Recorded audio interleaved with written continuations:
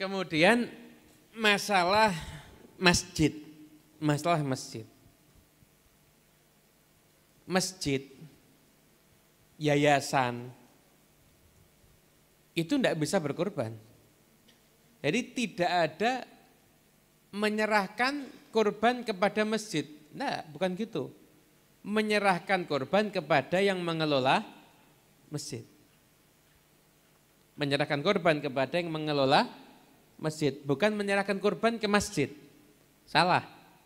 Menyerahkan korban kepada yang mengelola karena masjid bukan sasaran untuk menerima hewan korban. Paham sampai di sini? Paham ya? Berarti korban itu tidak ada sangkut pautnya sama masjid. Tidak ada sangkut pautnya sama masjid.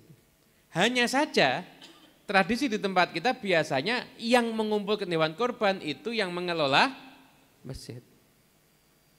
Maka jika penyembelihan hewan kurban dilakukan di halaman, yang halaman itu miliknya masjid, menggunakan airnya masjid, dan juga peralatannya masjid, maka harus membayar ongkos penggunaan itu semua kepada masjid. Karena apa? Masjid itu sifatnya wakaf. Tidak ada pemiliknya masjid, yang ada pengelola masjid. Kalau sudah dijadikan masjid berarti pemiliknya siapa? Allah. Yang ada nadhir atau ta'mir, pengelola masjid. Masjid itu punyanya Allah. Nah, semua yang milik masjid itu hanya boleh digunakan apabila ada kemaslahatan yang kembali kepada masjid. Kurban itu tidak memakmurkan masjid. Kalau hari kurban yang sholat zuhur di masjid tambah banyak? Enggak. Yang ngotori masjid malah banyak. Betul kan? Jadi kurban itu tidak memakmurkan masjidnya itu loh. Yang jamaah yang tidak tambah banyak. Iya kan? Nah, kurban malah ngotori halamannya masjid. Akhirnya mau jamaah malah tidak jadi.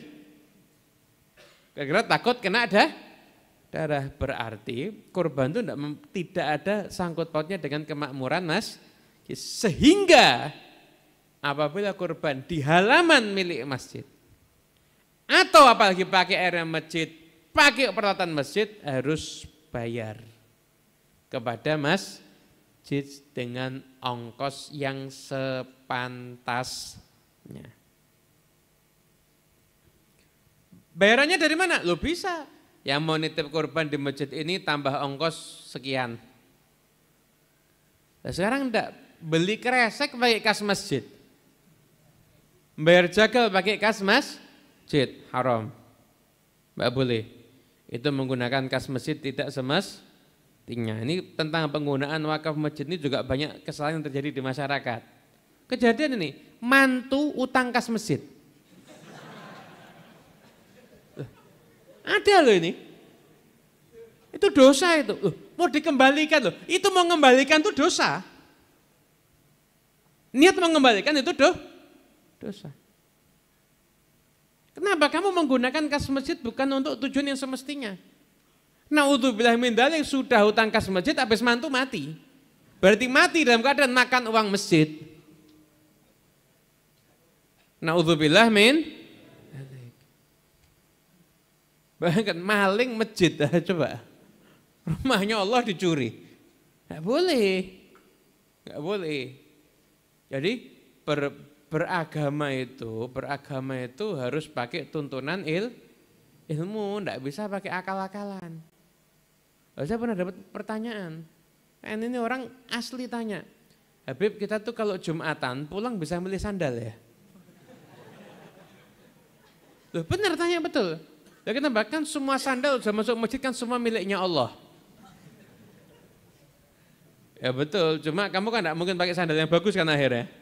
Karena kamu mesti pakai sandal yang jelek, nanti pulang ambil yang bagus. Kata khotib, tinggalkan yang buruk, ambil yang baik. Haram itu, tidak ada, itu bukan, itu otak-atik gaduk ngawur itu. Tidak bisa, masjid itu ada hukumnya tersendiri. Itu juga ngecas HP pakai listrik masjid. Ada toh? Saya mau beriktikaf di bulan Ramadan. Ngecas HP sana. Saya takut lama-lama bawa rice cooker ke masjid akhirnya. Anu pulsa listrik belum diisi, rice cooker bawa ke masjid pakai listrik masjid. Haram itu hukumnya. Ya naudzubillah min. Hati-hati ya, penggunaan kas masjid itu harus mestinya. Kemudian ngecas HP di masjid namun diganti uang dimasukkan ke celengan masjid. Kalau bisa jangan dilakukan karena kamu sempat dosa dulu. Sempat dosa dulu. Lagian itu kurang bagus. Jadi kalau bisa ngecas ya di rumah aja ya. Ngecas di rumah aja.